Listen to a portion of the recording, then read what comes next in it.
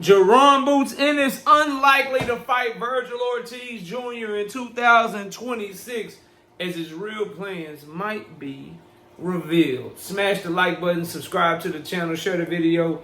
We're live Monday, Wednesday, and Thursday night at 7:30. I'm also live Sunday mornings with the Singing OG KQKC Boxing Network. Sunday mornings, 9 a.m. Central Standard Time. Join the channel as a member. Drop super chats and super thanks when you come by the live streams and the videos that we do.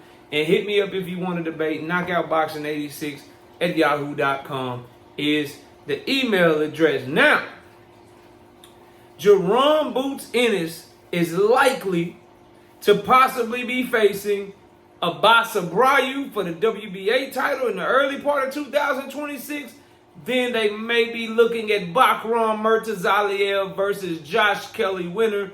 More than likely, Bakram will probably put hands on Josh Kelly. So we can say that he may be fighting Bakram and trying to pick up 2 belts in the 154-pound division to become the unified champion at 154 pounds. Now, with that being said, I have mixed emotions about this. And where I'm getting this from is Matchroom won the purse bid, and Matchroom is actually going to be the ones putting on the Bakram versus Josh Kelly fight. Shout out to my homie L-Dub. They're going to be the ones putting on the Josh Kelly and Bakram fight. But they're putting on that fight and willing to put up the money for the fight with the understanding and the handshake agreement that the winner of that fight has to contractually be obligated to fight Jaron Boots Ennis later in 2026. And so the plan is, while Bakram is fighting Josh Kelly, Boots Ennis is supposed to be fighting Abbas Abreu, whatever you want, I don't know how to say it, Abbas, okay? Abbas, okay? For the WBA title, and then he's going to unify his WBA against Bakram later in the year, and that should be his 2 fights for 2026. Where does this leave Virgil Ortiz? And the reason I have mixed emotions about it is because I want Jaron Boots Ennis versus Virgil Ortiz. I think that is the most name recognition, kind of big time, big fight, bordering super fight. I don't think it's a super fight, but it is the biggest fight at 154 pounds. Obviously, assuming that Errol Spence is not coming back to take a big fight anytime soon. Jermell Charlo is not coming back to take a big fight anytime soon. And Terrence Bud Crawford has moved on from the 154-pound division. So unless one of those 3 names is going to be involved in one of these fights, like if Earl is fighting Virgil, or if Earl is fighting Boots, or if Jermell is fighting Virgil, or if Jermell is fighting Boots, then those fights can rival how big of a fight Jaron Boots Ennis and Virgil Ortiz is. But if those aren't happening, which, you know, Earl's been out of the ring for 2.5 years, Jermell Charlo's been out of the ring for 2+ years, so you know, those fighters coming back directly into a big-time matchup against these young guns, highly unlikely, but we've seen stranger things in the sport of boxing. So I have mixed emotions about it because I want to see Jaron Boots Ennis versus Virgil Ortiz. However, you can't call Jaron Boots Ennis a duck for fighting champions. I won't do it. Now, when Jaron Boots Ennis is like, yo, I'm not fighting Virgil until, you know, and I'm going to fight fucking use limo instead. All right, now we got a problem. Yo, I'm not going to fight Virgil, but I'm going to fight, you know, these other guys. Like, bro, I'm not going to fight Virgil, but I'm still looking for a fight, and Brian Norman is ducking me, and I got to throw a Hail Mary to fighting Montestanionis. That shit I have a problem with. But if you're telling me that he is going to fight champions and unify the division, I can't fault him for doing that. I can't call him a duck. Because you could argue that Bakram is the man at 154. He's definitely top 2. It's Bakram or it's Fundora.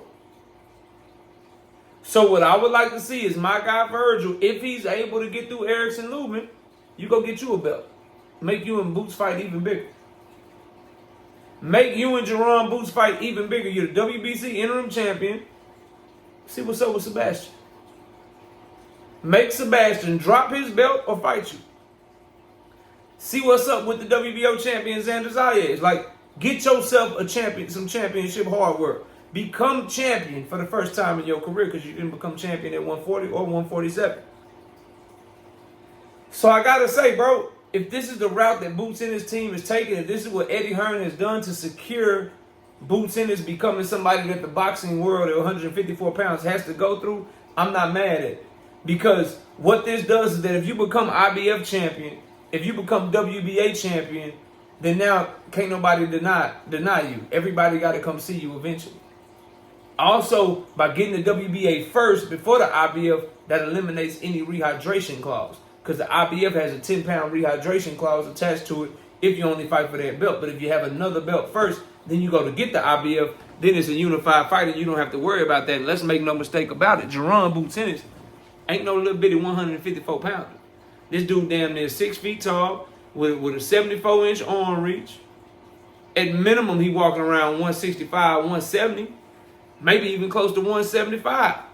Fully in shape before he start cutting weight. That boy ain't little by no means. So the more he has to rehydrate, the more ability he has to rehydrate and not have to worry about having a 10-pound rehydration limit, the better he's probably gonna look in the ring. So from a strategic standpoint, I'm not mad at the move. What I do worry about, if you're Virgil Ortiz, you need to get a championship belt. I like the fact that he's been in the ring with Israel Madrimov. I like the fact that he's been in the ring with Serhai Bahachuk. Now he's fighting Erickson Lubin. He's taking on tough opposition. However, I just don't want I don't want Boots or Virgil to lose before getting to each other, because I want somebody to take the other one's undefeated record. But Virgil keeps taking risky damn fights, bro. He keeps taking on risky opposition. Now, so I do worry about that, but then there's another part of me that says if Virgil is as good as advertised, then he should get through these competitors. Another part says, and this may be me, maybe y'all aren't, if you're watching this video, maybe you're not as high on Boots Ennis as I am, but part of me also is saying, well, shit, if he can't get through Erickson Lubin, then do I really want to see the Jaron Boots Ennis fight? Because if you can't, in my mind, if you can't handle the style, the skill, the speed, the power of Erickson Lubin, then you can't do nothing with Boots Ennis. You can't do nothing with Boots Ennis. Real talk, on some real ish, if Virgil is who his fans say he is, who I believe he can be as a fighter, then he should have a relatively easy time with Erickson Lubin. I'm not saying he should be able to beat Erickson Lubin up the way that Sebastian Fundora did, but he should be able to do some good things in that ring against Erickson Lubin. But y'all let me know what y'all think of Jaron Boots Ennis' plan and what he may or may not be doing. I'm thinking that this is a good idea of what's gonna happen, because I don't think Eddie Hearn and Matchroom have the money to just be putting on fights when there's nothing in it for them. They don't promote Bakram. They don't promote Josh Kelly. Hold on.